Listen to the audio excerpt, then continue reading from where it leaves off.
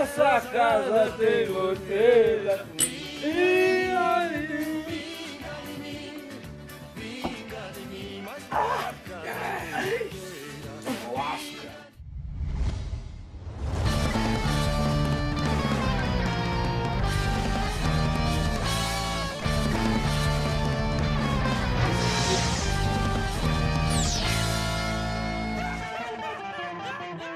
Olá, seja muito bem-vindo. Hoje vai se for.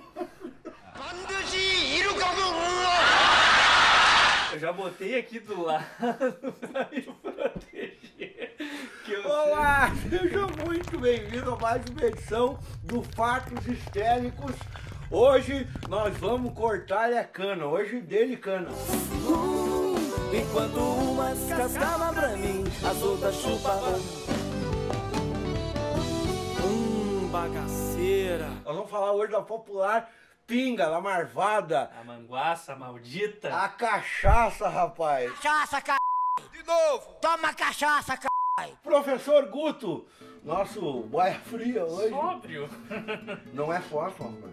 É servido do boia fria. Nós vamos falar hoje. Não, os é caras sério, sozinhos, velho. Cortam quantos quilos? Em média, um dia ruim, 10 toneladas de cana. Dia ruim, um dia bom. Nossa, Eu vi um cara que falou 35 toneladas de cana. cara, Toneladas! só ele é a máquina de cortar cana e de beber, né, cara? Olha, Pra aguentar, né? dele cana, rapaz. Vamos falar sobre a história da cachaça. Começamos por onde, professor Guto? Bom, a história da cachaça começa com a história do Brasil, né, cara? Não sei porque eu não me surpreendo com isso, mas a cachaça é uma bebida tradicionalmente brasileira, né? Que começa lá na época da colonização e que vem até hoje, né? Conquistando cada vez mais adeptos. Muita gente pensa que a cachaça é um lance de chinelão, mas não é, né? No mundo agora, atualmente, ela é reconhecida internacionalmente como uma bebida do Brasil. Então, assim, nos grandes coquetéis, a caipirinha, né? Ela é... Bunda Brasil Caipirinha. Glamourosa, olhar de diamante, agitação. Então ela é também, assim, um artigo de luxo também no exterior. Mas como é que começa toda essa história, né? Começa na própria, vamos dizer assim, achamento do Brasil pelos portugueses, né? A própria colonização portuguesa aqui no nosso país. Não tem primeiro o ciclo do pau-brasil? Tem o ciclo do pau-brasil, né? Que foi o primeiro produto lá depois que o Cabral chegou aqui, etc. E nós mandamos pra fora. Que eles acharam. A procura sempre foi de ouro, né? Sim. Ainda na época existia o tal do mercantilismo, que era a política econômica do antigo regime, a época dos reis e tal, do Estado moderno.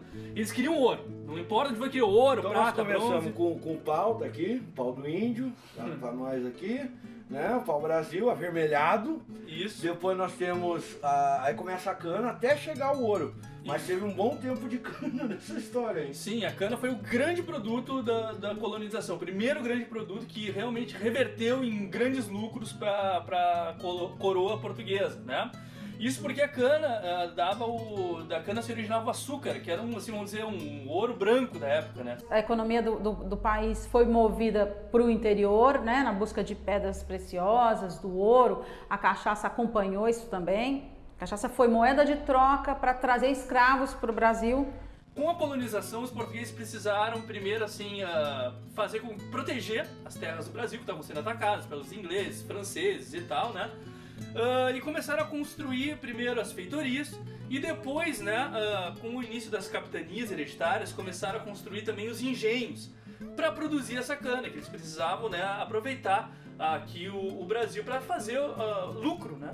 Então a cana foi escolhida e os engenhos, então, no Nordeste começaram a prosperar. Principalmente a capitania de Pernambuco, do Duarte Coelho, foi a primeira, né, a dar esse lucro aí da cana de açúcar, tá? Sobre isso, né, a gente pode até, assim, ver um vídeo de um historiador muito famoso e importante, que é o Boris Fausto, vivo ainda, né, já bem velhinho, lá dos seus 80 e poucos anos, que fala, o cara é mestre, nem preciso falar mais nada, deixa ele falar sobre o Brasil colonial e a cana-de-açúcar aí. Lasca. Quando os portugueses chegaram à conclusão de que era preciso dar um ganho econômico ao Brasil, eles se concentraram principalmente na produção de açúcar, plantando a cana-de-açúcar.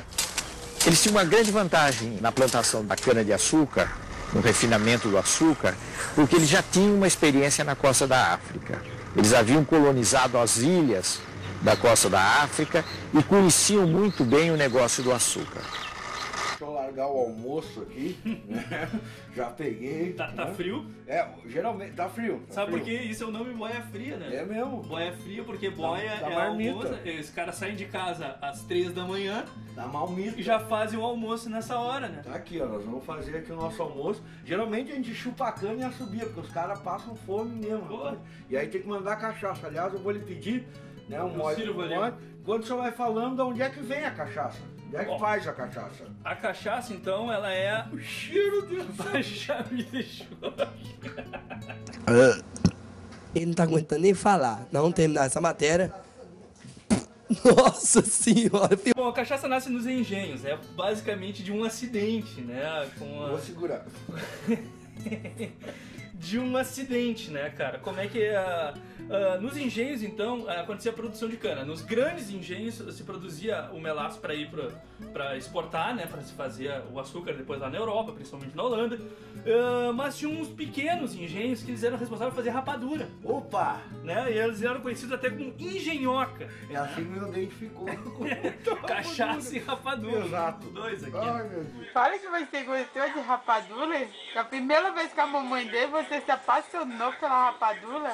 Nesse processo, né, então, eles extraíam nas moendas, né, os escravos principalmente trabalhavam nessas moendas, moíam a cana para extrair aquele suco.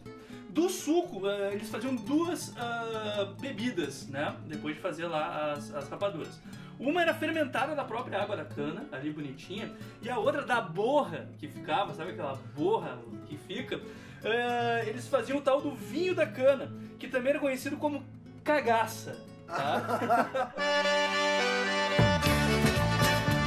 Dizem que da cagaça é que se originou o nome cachaça. E onde é que entra a bagaceira? Não sei Que aparece pela primeira vez em 1558, um português chamado Sá de Miranda foi o primeiro que escreveu sobre a cachaça. A cana-de-açúcar chegou ao Brasil no século XVI, primeiro século da colonização.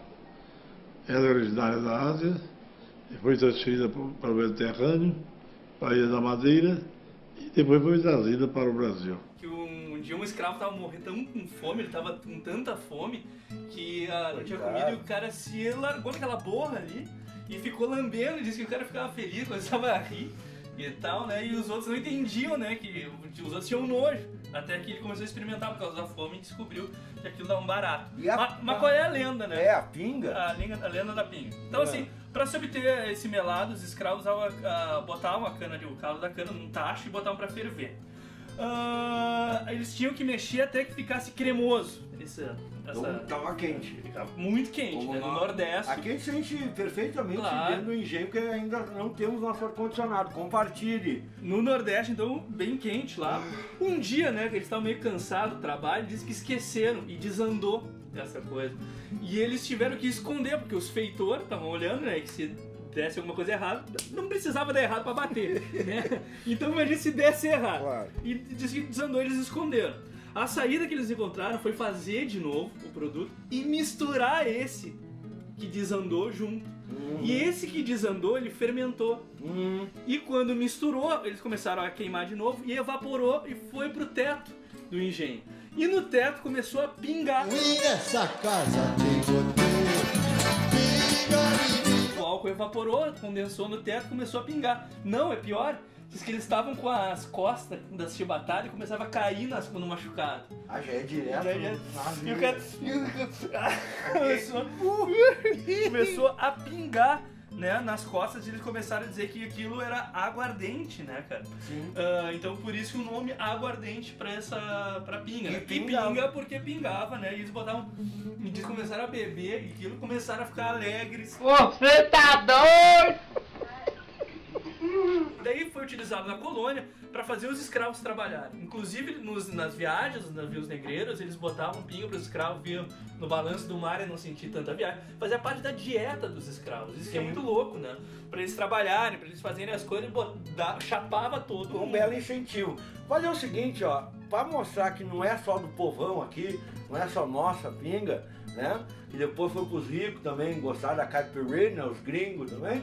Vamos fazer o seguinte, para não botar o Sérgio Reis, vamos botar Inesita Barroso com a marvada pinga, enquanto eu vou me deliciando. Agora era o que tu queria, né?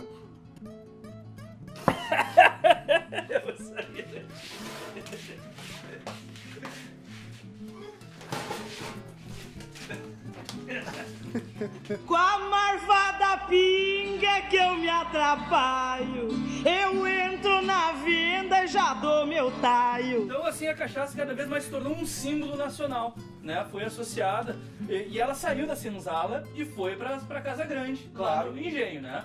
Então assim, isso começou a prejudicar os portugueses, porque eles vendiam uma bebida chamada bagaceira, né, que era feita do vinho lá, porque não sobrava do vinho, eles vendiam pra lá, pra cá, né, e acabou que daí eles não conseguiam mais vender, porque a cachaça começou a ser tomada no lugar. É cada palavra, bagaceira, cagaça, tudo isso que os caras bebiam. Porra. Porra. Dá licença. Isso até gerou uma revolta, né, tu sabe aí, né, tu tem essa história. Essa história, rapidamente... No século XVII, né, isso. Uma revolta. Pra você ter uma ideia, a gente separou aqui um texto, que é da Ana Maria da Silva Moura. Com licença, né? Eu vou ler assim, se você não entender, vai comprar o livro, tá? A